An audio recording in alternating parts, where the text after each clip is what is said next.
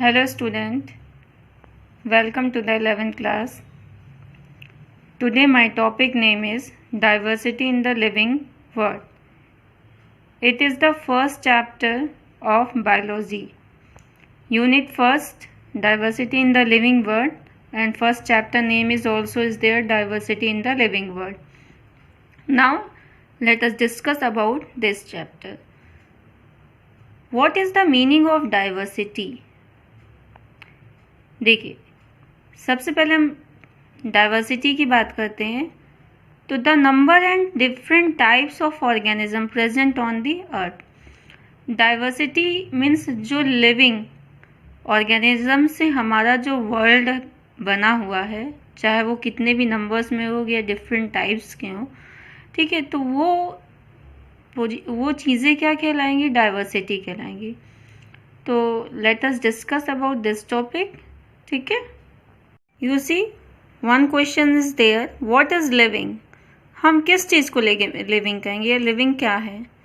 ठीक है, there are certain distinct characteristic exhibited by living organism which distinguish the living organism from non living things. देखिए बेटा, हम living organism को कैसे डिफाइन करेंगे? मतलब कुछ उसके फीचर्स है, कुछ कैरेक्टर्स है जो हमको दिखाई देते हैं जिसकी वजह से हम उसे कह सकते हैं लिविंग है compare to the non living. तो लिविंग कैरेक्टर्स आर, जैसे you know that some characteristic also written there down side there. These characteristic included जैसे growth, reproduction, cellular organisation, metabolism, consciousness, response to the environmental stimuli, self replication, self regulation, evolving and interacting system. देखिए, living हम कब कहते हैं? It means हमें किसी चीज़ में जब ग्रोथ दिखाई दे रही है, कोई चीज़ें रिप्रोड्यूस हो रही है या उनका सेलुलर ऑर्गेनाइजेशन इंक्रीज हो रहा है. ठीक, मेटाबॉलिज्म एक्टिविटीज़ हो रही है, कॉन्शियसनेस है, मतलब आपको सेंसेशन फील हो रहा है. Response to the environmental stimuli, आप एनवायरनमेंट के अकॉर्डिंग अपने आप को किस तरीके से मैनेज कर रहे हैं. Self replication, inside cells also replicate, DNA replication होता है. Self regulation, evolving and interacting system. तो these characters to show the you are the living. ठीक है, वी आर लिविंग. ये कैरेक्टर्स जो होते हैं वो लिविंग कैरेक्टरिस्टिक्स को रिप्रेजेंट करते हैं. Now we discuss about the some characteristic. What is there? First is their growth. After that we discuss with you reproduction, and next is their metabolism, and next is their consciousness. So these topic we are discuss with you about living. ठीक है? Now you see their first topic, growth. In growth you see first point, increase in mass and increase in number of individuals are twin characteristic of growth. हम किसी चीज़ को कैसे define करेंगे कि उसमें growth हो रही है? अगर हमें कोई चीज़ें इंक्रीज दिखाई देगी, अब इंक्रीज में हमें क्या है, या तो उसका मास दिखाई दे या उसकी संख्या दिखाई दे. इट मीन्स मास मतलब आपका वेट कितना इंक्रीज हो रहा है या आपकी लेंथ कितनी इंक्रीज हो रही है, उस पर डिपेंडेंट हो. तो हम किसी चीज़ को ग्रोथ तभी कह सकते हैं जब हमें इंक्रीज इन मास और increase in numbers of individuals दिखाई देते हैं, तो वो कंडीशन क्या हो जाएगी? ग्रोथ की. Now multicellular organism grow by the cell division. हमारी बॉडी की जो लेंथ बढ़ती है वो सेल डिवीजन के थ्रू सेल के इंक्रीज होने से बढ़ती है. ठीक है, सेल के इंक्रीज मतलब नंबर्स ऑफ क्वांटिटी या इंक्रीजिंग. ठीक, तो जैसे से हमारा सेल डिवीज़न होता रहता है वैसे वैसे हमारे ऑर्गेनिज्म की जो पार्ट्स है वो इंक्रीज होते रहते हैं. तो multicellular organism grow by the cell division, as it is there unicellular organism also multiply by the cell division. इसमें जैसे यूनिसेलुलर मतलब it means they can form by the single cell. They form by the single cell, और single cell can be divide into 2, 2 into 4 and 4 into 8. This type division are showing in there the unicellular organism. तो उनका क्या है? Number of quantities are increases there. तो जब उनकी quantity बढ़ रही है तो हमें ये लगता है उनमें ग्रोथ हो रही है. Now in plants, the growth by cell division occurs continuously throughout the life span. वो अपने जीवन काल तक जो प्लांट्स होते हैं उनमें सेल डिवीज़न के द्वारा ही लगातार उसमें ग्रोथ होती रहती है। आप किसी प्लांट्स को देखिए, प्लांट आप लगाते हो, उसको प्रॉपर पानी देते हैं, तो वो धीरे धीरे आप खाद देते हैं, तो मतलब फर्टिलाइजर्स और वाटर के यूज़ के थ्रू जितना ही प्लांट हमारा क्या करता है, ग्रोथ करता है। अब inside what are going there, inside the plant the cell division is going on there, तो उनकी जो लेंथ वो इंक्रीज होती रहती है। ठीक है, तो आप देखते हैं प्लांट फिर कन्वर्ट किस में हो जाते हैं, प्लांट्स ट्रीज वगैरह में कन्वर्ट होते हैं। Now in animals the growth is seen only up to a certain age. देखिए एनिमल्स में उसके कुछ एज तक ही ग्रोथ आपको दिखाई देती है।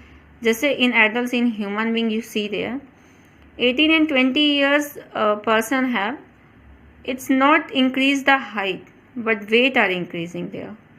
ठीक है, maybe approximate. However, in animals cell division occurs in certain tissue to replace lost cell. ठीक है, now generally the increase in body mass considered as a growth. उसके बाद क्या होता है, मैंने आपको पहले ही बोला कि बॉडी मास क्या होता है, इंक्रीज हो जाता है, उसे हम क्या कहते हैं, ग्रोथ कहेंगे जिन। If we take increase in body mass as a criterion for growth, non-living object example mountain, boulders and sand moles also grow. However, the growth exhibited by non-living object is by accumulation of material on the surface in living organism. Growth is from inside. Now next point in growth are there. A dead organism does not grow. Dead organism में कोई भी growth नहीं होता है क्योंकि उनकी body की cell division stop हो जाती है। ठीक है, तो जब सेल वर्क करना बंद कर देती है, it means dead organism are dead. तो a dead organism does not grow. Now next topic is their reproduction. देखिए अभी तक हम केवल लिविंग ऑर्गेनिज्म की ही चर्चा कर रहे हैं, लिविंग ऑर्गेनिज्म के डिफरेंट कैरेक्टरिस्टिक्स को ही डिफाइन कर रहे हैं। तो first is growth and second is their reproduction. तो how to define their reproduction कि दिस वन इज रिप्रोड्यूस है, मतलब आपको क्या लगता है, कैसे बताएंगे कि ये रिप्रोड्यूस है। तो रिप्रोडक्शन में क्या होता है, the process of production of progeny processing features more और less similar to the parent is called the reproduction. देखिए रिप्रोडक्शन में क्या होता है, production of progeny, production of progeny मतलब पेरेंट से जो ऑफस्प्रिंग्स रिप्रोड्यूस होती हैं, चाहे वो मोर और लेस हो सिमिलर टू द पेरेंट्स, मतलब पेरेंट्स के जैसे हो एज इट इज़, या पेरेंट्स के जैसे ना हो, लेकिन है तो वो ह्यूमन बीइंग या एनिमल्स के। अगर एनिमल्स का बच्चा तो एनिमल्स ही है, लेकिन एनिमल्स के जो बच्चे होंगे वो एनिमल्स के जैसे देखने में लगेंगे। लेकिन ह्यूमन बींग्स के जो होते हैं वो एज इट इज़ नहीं होते, एज अ पेरेंट के जैसे नहीं होते। ठीक, तो the process of production, reproduction हम किसे कहेंगे, the process of production of progeny processing feature more और less similar to those of parent is called the reproduction. Now next point is the organism reproduce by asexual and sexual means. देखिए reproduction में क्या होता है कि जब भी कोई ऑर्गेनिज्म अपने आप को रिप्रोड्यूस करता है तो वो एसेक्सुअल होता है और सेक्सुअल होता है। Asexual it means only one parent reproduce it, sexual मतलब fertilisation is going on there. ठीक है, तो in sexual reproduction both parents are necessary for there, it means male and female both are necessary. इसमें only single parents are reproduce the one offspring, one and more offspring, and sexual में both parents are necessary. तो हम किसी चीज़ को reproduce to type से कर सकते हैं, एसेक्सुअल और सेक्सुअल। देखिए कुछ ऑर्गेनिज्म है जैसे अमीबा है, वो एसेक्सुअल रिप्रोडक्शन को प्रोड्यूस कर, उनकी क्या होता है, सेल डिवीज़न होता है, one cell can be divide into two cell. ठीक है, और sexual means human beings, plant सम्स। Now unicellular organism like example you see bacteria, algae, amoeba reproduce or multiply by the cell division. In this organism, reproduction is synonyms with growth and increase in the number of cell. देखिए इसमें reproduction हम number of sales increase हो जाती हैं तो उसके बिहार पे कहते हैं कि इनमें ग्रोथ हो रही है, रिप्रोड्यूस हो रहे हैं. As already defined, growth as equivalent to increase in the cell number or mass in single cell organism. Hence, in single cell organism, we are not very clear about the uses of these two terms, growth and reproduction. There are many organisms which do not reproduce. Mule, sterile worker, bees, infertile human couples, etc. Reproduction also cannot be all-inclusive defining characteristic of living organism.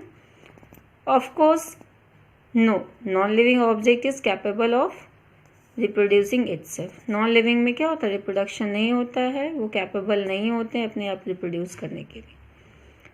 Done. Now next topic is their metabolism. Now third, metabolism, you see there. First point, all living organisms are made of chemical called biomolecules. देखिए चाहे plants हो चाहे animals हो, वो सब जितने भी living organism है वो केमिकल से मिलकर बने होते हैं जिन्हें हम बायोमोलिक्यूल्स कहते हैं. These molecules are constantly being made and changed into some other biomolecules. These conversions are called the metabolic reaction. Inside the body have many metabolic reactions are there, like there biomolecules. Some are there, like carbon, hydrogen, oxygen in the form of carbohydrate, protein, vitamins. ठीक है, ये हमारी body में होते हैं. इसको हम convert करते हैं अनदर फॉर्म में. तो जो कन्वर्जन होता है उस प्रोसेस को हम क्या कहते हैं? मेटाबॉलिक रिएक्शन कहते हैं. Suppose for your example you see C6H12O6. How do form there? ठीक है, how to form there? It means inside the body some enzymes and protein are there. They are breakdown of this molecules and convert into the glucose. Okay, this reaction, this conversion is known as metabolic reaction. The sum total of all chemical reaction occurring in the body of a living organism is called the metabolism. ठीक है, it means जो living organism की body में कुछ chemical reactions are break down, तो वो जो process होती है उसे हम क्या कहेंगे? मेटाबॉलिज्म. कितनी मतलब total numbers of chemical reaction occur in your body. Some isolated metabolic reaction can be demonstrated in vitro outside the body of an organism in a test tube. Such reaction are not living thing but can be considered living reaction. देखिए, demonstrated in vitro it means test tube be IVF की बात कर रहे हैं. तो कुछ reactions है, जैसे मान लीजिए कि isolated metabolic reaction demonstrated test tube में मेल एंड फीमेल गैमेट्स को फ्यूज कराया जाता है जो हमारी बॉडी के बाहर होती है, it mean inside of test tube. तो वो रिएक्शन जो होती है वो नॉट लिविंग थिंग होती है but can be considered in living reaction. क्यों? क्योंकि उनमें सेल डिवीजन होता है. They can be fuse and insert into the living body. Hence, metabolism and cellular organization of living organism are considered as defining characteristic of living being. तो इससे हमें resulting क्या point मिला? मेटाबॉलिज्म और cellular organisation of living organism ये define करते हैं कि ये कैरेक्टर जो किसके है? लिविंग बीइंग के. इट मीन्स हम उसे लिविंग कैरेक्टर्स कह सकते हैं. Now next topic is there consciousness. Consciousness मतलब ability to sense environment. It means हम कितना कॉन्शियस हैं, कितना सेंसेबल हैं. ठीक है, तो you see the first point. All organism from prokaryotic to the most complex eukaryotic have to the ability sense their surrounding और environment and respond to these environmental stimuli which could be physical, chemical और biological. देखिए, जितने भी organism है, it means सभी organism, चाहे वो prokaryotics हैं, वो यूकैरियोटिक्स है, they can feel the senses. देखिए, हमें कुछ गर्म ठंडा इन चीज़ों का जो सेंस फील होता है, ठीक है, तो वो सेंसेशन जो फील होगा वो लिविंग ऑर्गेनिज्म का एक कैरेक्टर है।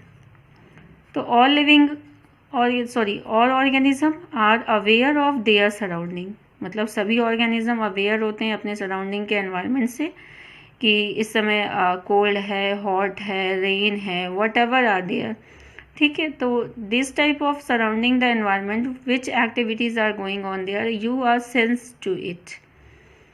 Human being is the only organism to have a self consciousness, that is to be aware of himself, ठीक है। ह्यूमन बीइंग में क्या होता है, उसमें कॉन्शियस लेवल सबसे ज़्यादा होता है। तो this type of organism have a self consciousness, ये सेल्फ कॉन्शियसनेस होते हैं। It means they aware of himself, अपने लिए अवेयर होते हैं, ठीक। Now next is consciousness therefore becomes the defining property of living organism. It become more difficult to define the living state when it comes to human being. Instead, a patient lying in a coma has no self-consciousness, cannot be considered non-living. देखिए, consciousness में क्या होता है कि हम किसी चीज़ को पूरी तरीके से अपनी मतलब सेल्फ कॉन्शियसनेस का मतलब होता है अपनी स्वेच्छा के अनुसार कुछ चीज़ें हम डिसीजन ले सकते हैं, कर सकते हैं, ठीक है। अब मान लीजिए कि कोई पेशेंट अगर कोमा में है तो वो सेल्फ मतलब उसका ब्रेन वर्क नहीं कर रहा है, वो सेल्फ कॉन्शियसनेस तो नहीं है, लेकिन इसका मतलब कि वो नॉन लिविंग है, ऐसा नहीं, can not be considered in the non living, क्योंकि other body activities do the work, ठीक। Brain is not doing the work, that's means, but other body activity is going on there inside the body, so that means it's not considered in the non living. Understood? Thank you.